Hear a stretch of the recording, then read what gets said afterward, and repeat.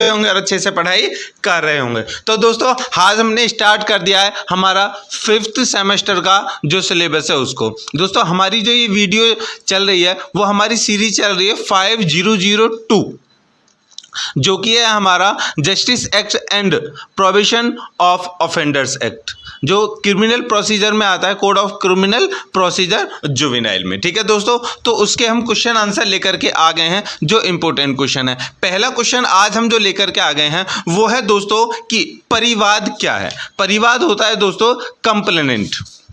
और कंप्लेनेंट क्या होता है, देखिए कंप्लेनेंट और परिवाद क्या होता है इसको जानने से पहले मैं एक चीज आपको बताऊंगा। देखो जब भी हमारे साथ में कोई ना कोई घटना हो जाती है तो सीधा हम पुलिस के पास जाते हैं और पुलिस वाले हमसे एक FIR लिखवाते हैं, जिसको फर्स्ट इंफॉर्मेशन रिपोर्ट भी कहते हैं। ठीक है, एक कागज होता है, मतलब कि वो कहते हैं या तो खुद लिख दो या फिर वो नोट करते हैं। एक कागज होता है, उस पर FIR ऊपर लिखा होता है, उसको हम सारा विवरण जो भी होता है कि भाई हमारे साथ में ऐसा हुआ है, ये हुआ है, इस तरह से हो गया, और नीचे हमसे यहाँ पर सिग्नेचर वो ले लेते हैं। अब इसको बोलते हैं हम FIR।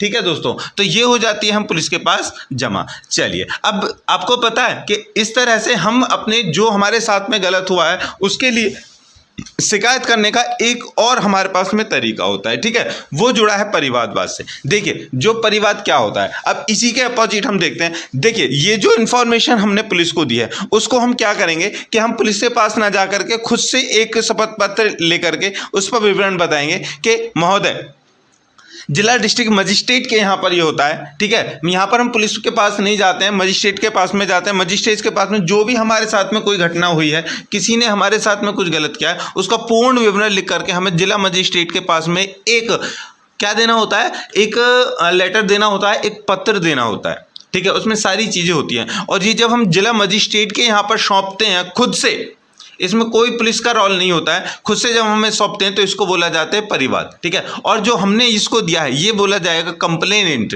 मतलब कि इंग्लिश में परिवाद को बोलते हैं कंप्लेंट। ठीक है, तो मेन पॉइंट मैंने बता दिया। जब कोई भी आप एक रिपोर्ट है और वो जाकर के आप किसी थाने में या किसी पुलिस से करते हैं तो वो होती है FIR, और जाकर के जब आप सीधा डिस्ट्रिक्ट मजिस्ट्रेट के यहाँ पर जाते हैं और उससे जब कंप्लेंट करते हैं तो उसको बोलते हैं परिवाद। ठीक है, चलिए तो इतनी तो चीज़ आपको समझ में आ गई होगा। अब इसको थोड़ा सा डिटेल में हम पढ़ लेते हैं क्योंकि हमें क्वेश्चन का जवाब भी तो देना है, लिखना भी तो है। चलिए स्टार्ट करते हैं। देखिए परिवाद का अर्थ, परिभाषा एवं इसके आवश्यक तत्व बताइए तथा आरोप एवं परिवाद के बीच में अंतर भी स्पष्ट कीजिए। ठीक है, तो क्वेश्चन थोड़ा सा अच्छा है, थोड़ा सा नहीं एक्चुअली बहुत ही अच्छा है, लेकिन थोड़ा सा बड़ा होगा जो मैंने अभी एक्सप्लेनेशन दिया उससे। ठीक है, तो चलिए स्टार्ट हो जाए, करते हैं स्टार्ट। देखिए परिवाद क्या है। परिवाद फिर से मैं आपको बता दूं, परिवाद को कंप्लेनेंट बोलते हैं इंग्लिश में। देखिए परिवाद शब्द का वृहत या विशाल अर्थ, मतलब कि वृहत और विशाल का मतलब बड़ा। ठीक है, विशाल वृहत का समझ सकते हैं बड़ा, क्योंकि इसमें जवानी आरोप भी शामिल है। आरोप ऐसा होना चाहिए जो मजिस्ट्रेट को कार्यवाही करने के लिए आवश्यक तथ्यों सहित प्रथम दृष्टया अपराध का किया जाना प्रकट करता हो।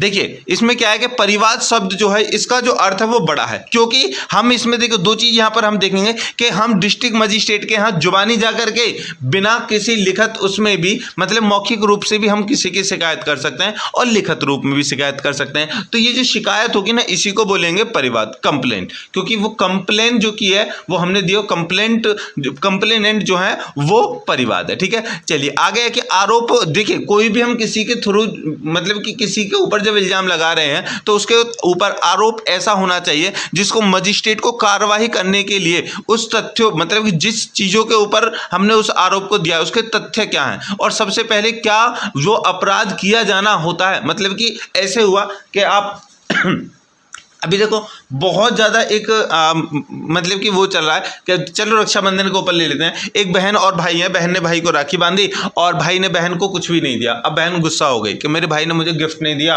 और सबकी भाई गिफ्ट देते हैं, पैसे देते हैं, ये देते हैं, मेरे भाई ने कुछ नहीं दिया। तो वो क्या करी, चलो मैं तुम्हारी इसकी कंप्लेंट कर देती हूँ। तो जा करके उसने कंप्लेंट कर दी।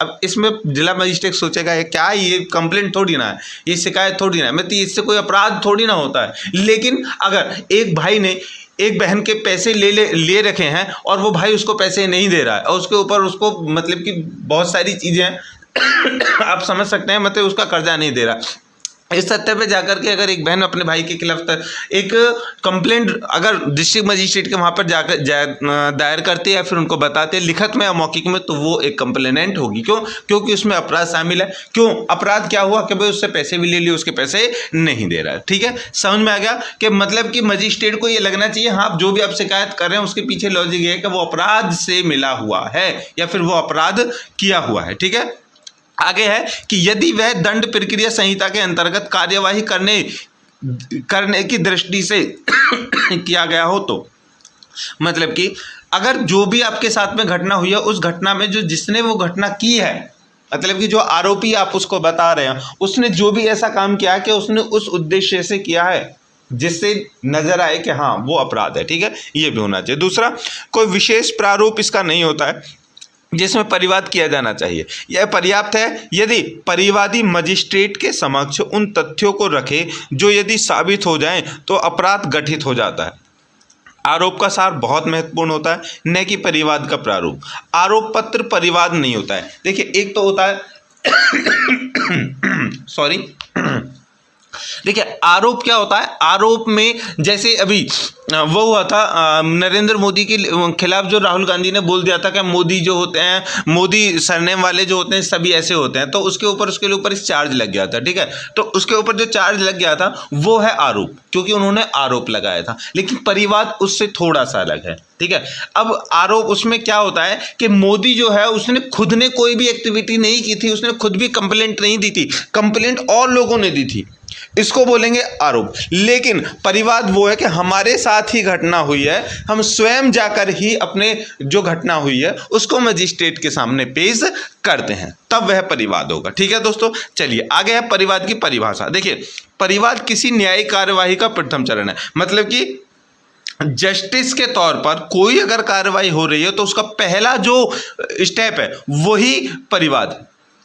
परिवाद प्रस्तुत करने पर न्यायिक कार्यवाही का आरंभ हो जाता है। मतलब कि जब परिवाद आपने प्रस्तुत कर दिया लिखित रूप से या मौखिक रूप से, आपने मजिस्ट्रेट को, अपने जो भी जिला मजिस्ट्रेट है उसके सामने अपनी समस्या सुना दी, तो तभी से जो न्यायिक कार्यवाही है वो स्टार्ट हो जाती है।